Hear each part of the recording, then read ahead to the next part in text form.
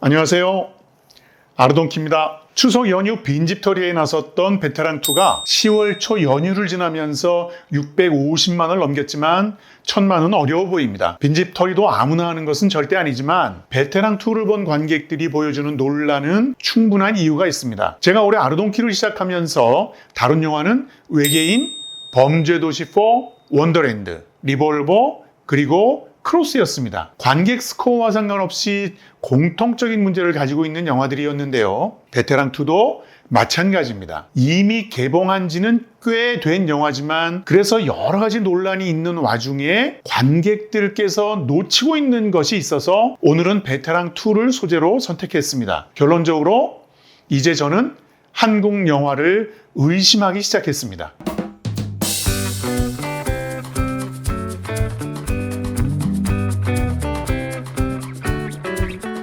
구독, 좋아요.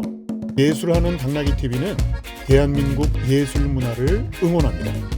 9년 만에 1000만 영화 베테랑이 베테랑2로 돌아왔습니다. 베테랑은 한국 영화 역대 흥행 순위 5위를 기록하고 있는 수준작이었습니다. 그런데 베테랑2는 뭐라고 평가하기가 애매합니다. 감독은 전작을 답습하고 싶지 않았다고 인터뷰했습니다. 시리즈에서 전작과 다르다는 것이 딱히 어떤 측면을 의미하는 것인지는 잘 이해하지 못하겠습니다. 황정민이 연기한 서도철은 강철중과 마속도의 연이 닿아 있는 캐릭터입니다. 나쁜 놈 때려잡는 형사들 이야기죠. 이런 시리즈물은 주인공 배우의 연속성과 사건의 다양성으로 승부를 걸게 됩니다. 범죄도시 시리즈가 비판받는 것은 사건의 다양성이 아니라 스토리의 완결성에 문제가 있기 때문이었습니다. 따라서 유승환 감독의 인터뷰는 전체 분위기나 사이다 액션의 연속성은 이어가면서 영화의 전체적인 분위기를 어둡게 가져갔다는 의미로 해석할 수밖에 없습니다. 사실 영화의 분위기 자체를 바꾸려면 서도철 캐릭터의 변화는 필연적입니다. 그럼에도 영화의 분위기 변화는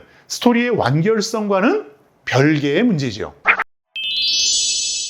베테랑2는 주제나 사회성 측면에서 뭔가 맛을 내려는 유승환 감독의 노력이 충분히 엿보이기는 합니다. 공권력을 가장한 폭력이나 정의를 빙자한 폭력, 사적 제재에 대한 갈등은 영화나 드라마에서 가장 강력한 힘을 발휘하는 도덕적인 딜레마를 유발하게 됩니다. 영화나 드라마 작가라면 누구나 만들어내고 싶은 갈등 구조입니다. 베테랑2에서도 작가는 이걸 의도했지만 결과는 매우 애매합니다. 개인적으로는 유승환 감독의 좋은 의도는 실패했다고 평가합니다. 그 이유는 세 가지입니다. 첫 번째 증거는 많은 관객분들이 지적하는 것처럼 정혜인이 왜 악인이 되었는지에 대한 터치가 없기 때문입니다. 영화나 드라마에서 악인의 역할은 주인공과 똑같이 작가가 그 이야기를 쓰는 이유입니다. 정혜인이 어떤 인물인지에 따라 정혜인의 감정 연기는 변하고 서도철의 행동도 변하게 됩니다. 악인을 그냥 태생적으로 나쁜 놈으로 설계하면 서도철은 갈등할 필요가 없습니다. 그러면 그냥 단조로운 범죄 액션 장르가 되어버리고 맙니다. 그러니 영화는 스토리의 논리적 쫀쫀함보다는 그냥 에피소드를 나열하고 액션의 통쾌함에만 신경을 쓰게 되는 것이지요. 범죄도시 4가 대표적인 사례입니다. 베테랑2의 정혜인은 절대 악입니다. 연민을 느끼는 관객이 있었을까요? 정혜인에게 연민을 느끼는 관객을 만든다는 것이 바로 정혜인에 대한 서사의 필요성이고 영화가 주제를 강조하기 위한 장치이고 결국 좋은 영화가 되는 필요 조건입니다. 정혜인이 경찰이 된 이유나 서도철 팀에 합류하는 이유도 설득력이 약합니다. 그냥 절대 악인 캐릭터에게 좋은 폭력과 나쁜 폭력에 대한 설교는 공허해집니다. 정혜인이 서사가 필요 없다고 주장하는 평론가도 있더군요. 그런 경우는 자신의 지적인 능력이나 상상력으로 비어있는 서사를 채우며 따라가는 경우일 텐데 이러한 경우라도 관객이 상상할 수 있는 최소한의 단서는 제시해 주어야 합니다. 베테랑3에서 그 부분을 설명할 계획이었다 하더라도 베테랑2는 그 자체로 완결성이 있어야 합니다. 간단하게라도 서사를 채워 넣어주면 작품의 완성도가 높아지고 3편을 기대하게 될 텐데 그걸 왜 안 했는지 모르겠습니다. 아르동키가 생각하는 베테랑2의 더 중요한 문제는 서도철에 있습니다. 9년 만에 나오는 속편에서 감독이 전편과 다른 것을 보여주고 싶었다면 9년 동안 서도철에게 어떤 변화가 있었는지를 감독은 관객에게 당연히 설명해 주어야 합니다. 마속도와 비슷하게 전편에서는 천방지축으로 날뛰던 서도철의 상황과 캐릭터의 변함이 없다면 정의를 빙자한 폭력에 대해 갈등하는 모습은 설득력이 없습니다. 그런데 그 설명이 안 보입니다. 스토리상으로는 서도철 아들의 학폭 문제가 등장하는 것이 변화의 동기일 수는 있습니다. 부부관계나 회사에서는 별다른 변화가 없습니다. 그러니까 정혜인이 해치라는 사실을 아는 순간 갑자기 서도철의 눈이 바뀌는데 그건 전작의 서도철과 다름없는 모습입니다. 다음부터는 사이코패스를 때려잡는 얘기만 나올 수밖에 없습니다. 해친이 다크 히어로니 정의를 구현하는 폭력이니 등의 갈등이 개입할 여지는 없습니다. 이러한 결과는 정혜인의 서사가 없는 것도 이유이지만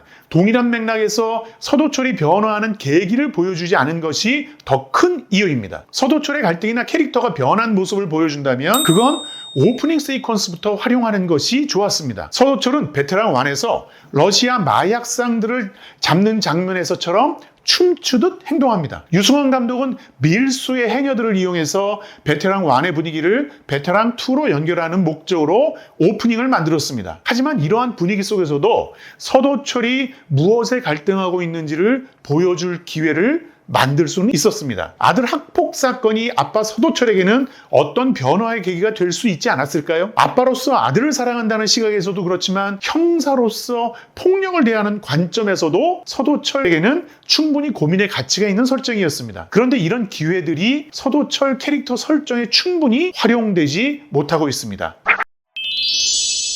베테랑 2가 기획 의도를 관객에게 전달하는데 실패한 세 번째 이유는 클라이맥스 구성에 있습니다. 클라이맥스에서 서도철 아들을 감금하는 사건과 다문화 가정 부인을 현장에 끌어들인 장면은 사적 제재 문제나 다크 히어로 등에 대한 갈등의 여지를 단순한 사이코패스 연쇄살인마의 행위로 단정해버렸습니다. 마지막 장면에 다문화 가정 부인을 왜 끌어들였을까요? 또 서도철 아들의 학폭 문제를 깔끔하게 해결해준 것으로만 마무리했으면 서도철은 정혜인이나 폭력의 필요성에 대해 더 혼란스러워졌을 겁니다. 해치든 다크 히어로든. 그런데 역시 아들은 동료 경찰들에 의해 너무 쉽게 구출됩니다. 서도철은 정혜인과 싸움하는 과정에서 움직이는 트럭을 전혀 신경 쓰지 못합니다. 무고한 다문화 가정 부인의 목숨이 달린 트럭은 그냥 액션의 긴장감을 고조시키기 위한 보여주기식 장치일 뿐이었습니다. 그러니 마지막에 서도철이 정혜인을 심폐소생하는 행동과 충돌이 생깁니다. 인간에 대한 애정은 사라지고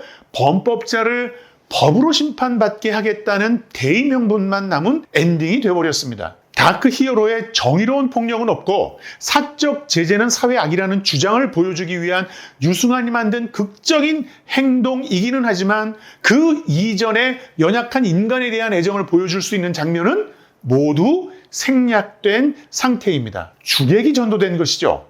기획의도는 설득력이 있었지만 시나리오에서는 인물의 애정을 갖기보다는 에피소드 나열 방식으로 120분을 짜깁기 하면서 관객에게 공감을 얻기보다는 맥락 없는 주제를 급하게 던져주는 것처럼 끝나버렸습니다. 뜬금없는 에피소드로 오프닝을 소비하더니 형식적인 주제 강조로 느닷없이 엔딩이 마무리됐습니다. 그러니까 베테랑2의 가장 중요한 결함은 결론에 있는 것이 아니라 영화가 명확하게 문제 제기를 하지 못했다는 점에서부터 비롯되는 것입니다.